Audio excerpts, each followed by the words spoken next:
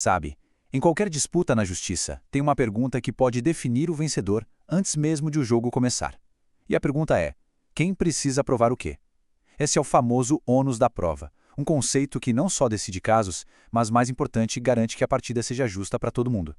Pode até parecer uma coisa simples, mas a resposta para essa pergunta, gente, define o destino de um processo. Entender isso é como ter a chave de um quebra-cabeça. E é exatamente esse quebra-cabeça que a gente vai montar junto agora.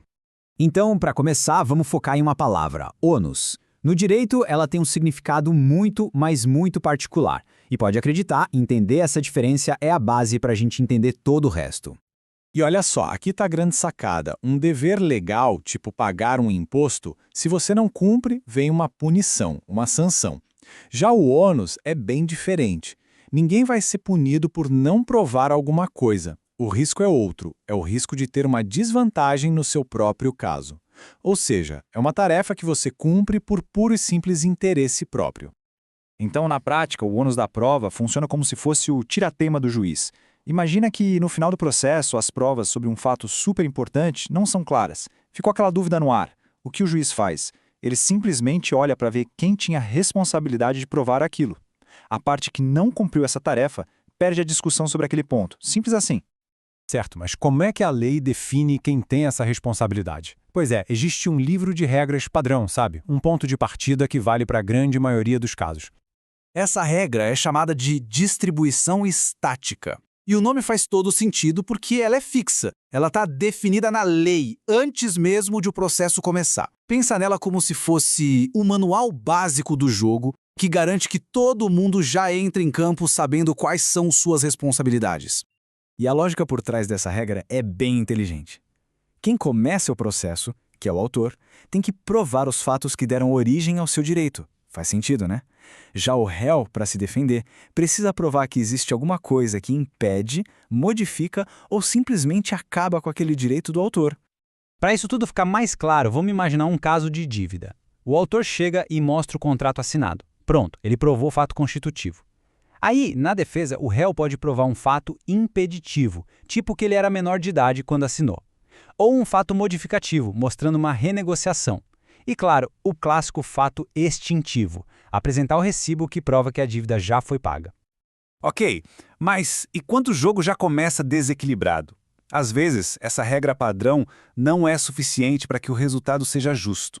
E é exatamente nesse momento que o sistema precisa mostrar que ele é flexível. Essa é a pergunta de $1 milhão.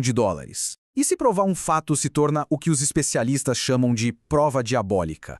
É um nome forte, né? É algo tão, mas tão difícil de provar que na prática impede que a justiça seja feita de verdade. No cenário ideal, o jogo é equilibrado. O autor tem lá os fatos dele para provar e o réu tem os seus. Os dois lados têm condições de buscar suas provas, tudo certo. Só que a vida real nem sempre é assim. Muitas vezes, o jogo é desigual. Pensa num consumidor contra uma empresa gigante, ou um paciente contra um hospital.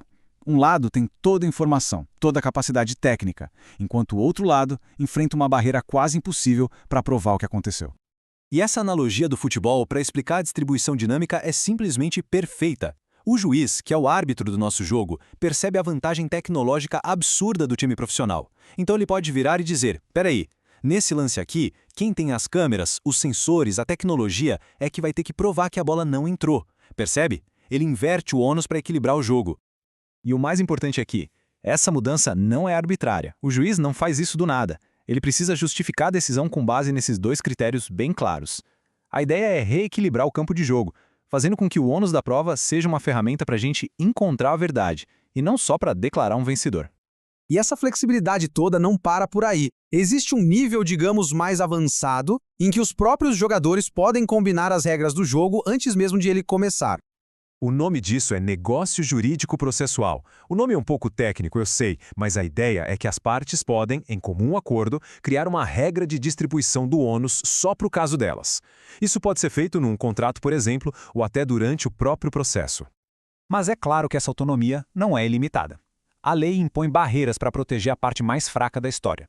O acordo não pode, por exemplo, envolver direitos indisponíveis e, de jeito nenhum, pode criar uma prova diabólica artificialmente para um dos lados.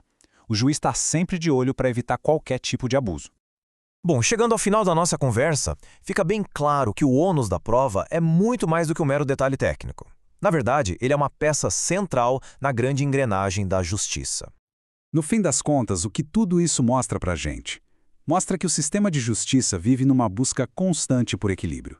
É o equilíbrio entre a segurança de ter uma regra fixa e a flexibilidade que a gente precisa para que a justiça aconteça de verdade, mesmo quando um dos lados da disputa tem muito mais poder que o outro.